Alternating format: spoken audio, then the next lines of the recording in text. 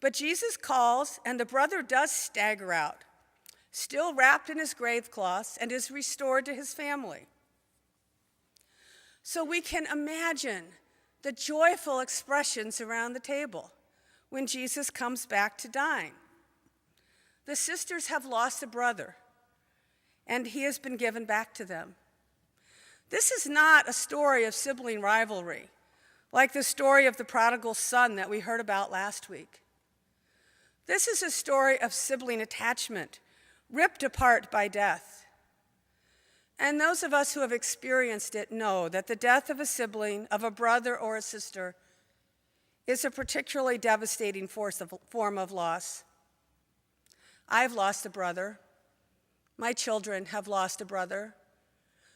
A few weeks ago in the grocery, a friend stopped me to talk at length about the recent death of her sister. And I know that many of you have had similar losses.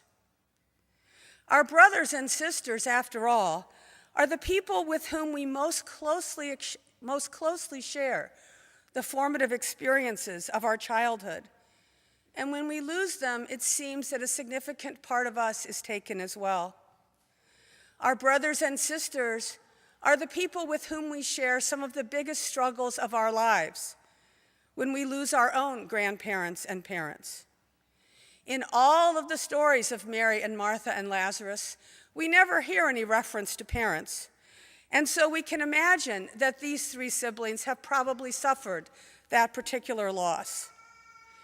Their experience as the surviving members of their family would have drawn them especially close to one another. And so the joy of the sisters in response to the new life given their brother, it must have been impossible to contain. And Mary doesn't. She doesn't try to contain it at all. She does something so strange, so peculiar, something that makes us so uncomfortable that we kind of try to ignore it. We could understand her laughing and talking over the meal. We could understand her taking the time to help her sister serve the food. But without saying a word, she reaches for a flask of nard so expensive, worth a year's wages, something that constitutes a real treasure in this household. She breaks it open, pours it all over Jesus' feet, and then wipes the oil with her hair. What are we to make of this? Well, Judas knows what to make of it. He's a pompous and self-righteous critic, and he takes her to task for wasting such a treasure, which might have been sold to assist the poor.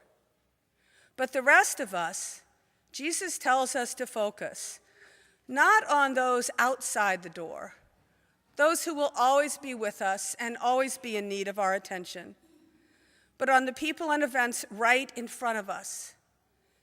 And we realize that what we're looking at is not pointless waste, but generous extravagance. We're looking not just at an activity, but at a whole relationship. And we are catching the perfume, not just of oil, but of love. And yet we're very uncomfortable. Mary's anointing the feet of Jesus. What does that mean? One might anoint a man in order to declare him king, but in that case, you would anoint his head.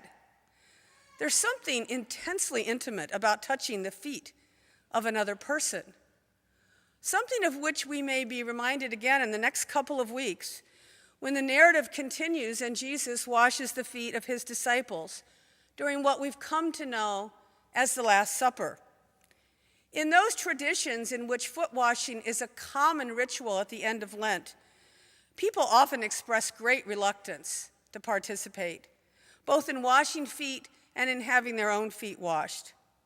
Our feet are calloused, our toes are crooked, our heels are cracked. Do we really want to expose them to the scrutiny of others? And do we really want to rub the feet of another?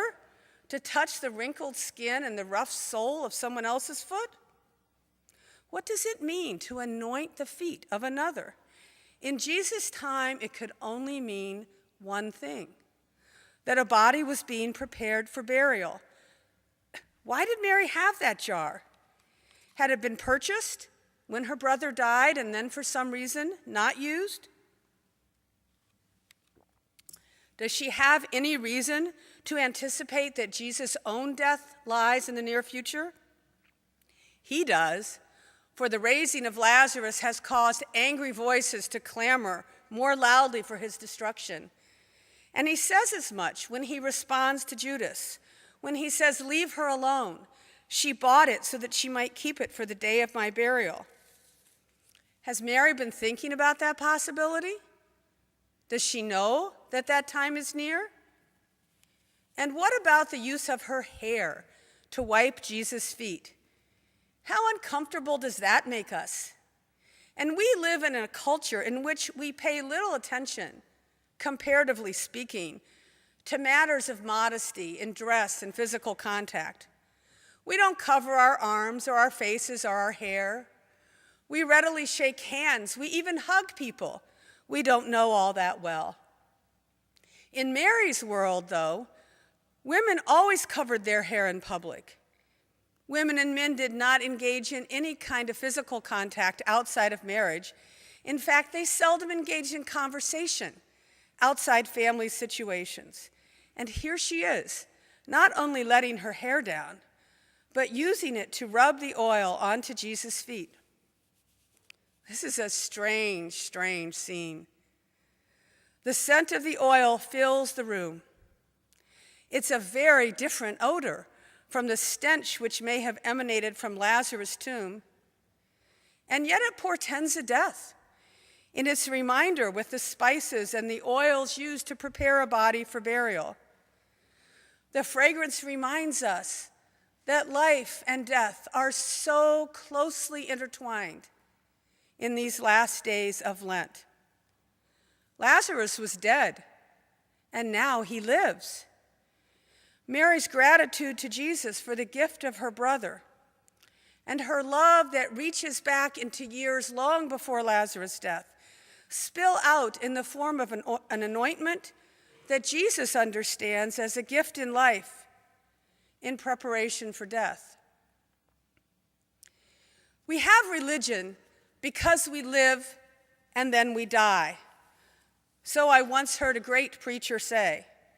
We have a framework in our religious lives, a framework of community and practice that helps us prepare and respond and endure when death enters our lives.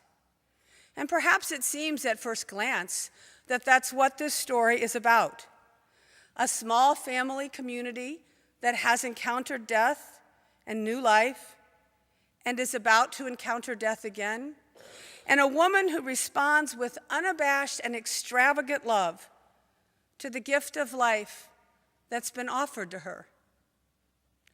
But there will be more to this story in the weeks to come, and while we may have religion because we live and die, we have faith because we live and die and live again.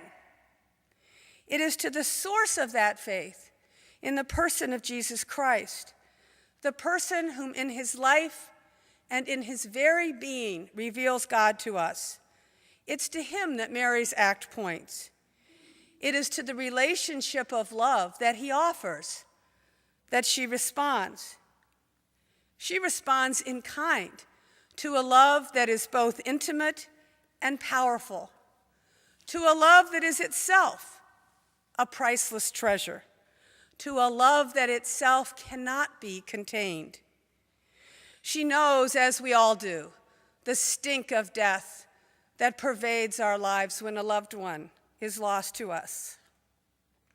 But she also knows the love that will finally overcome death, the love that is truly stronger than death, because she has encountered it in her friendship with Jesus. I may not know from personal experience what scent means. I may have to rely on others for the descriptions that no doubt cannot do justice to the marvel of an aroma filling a room.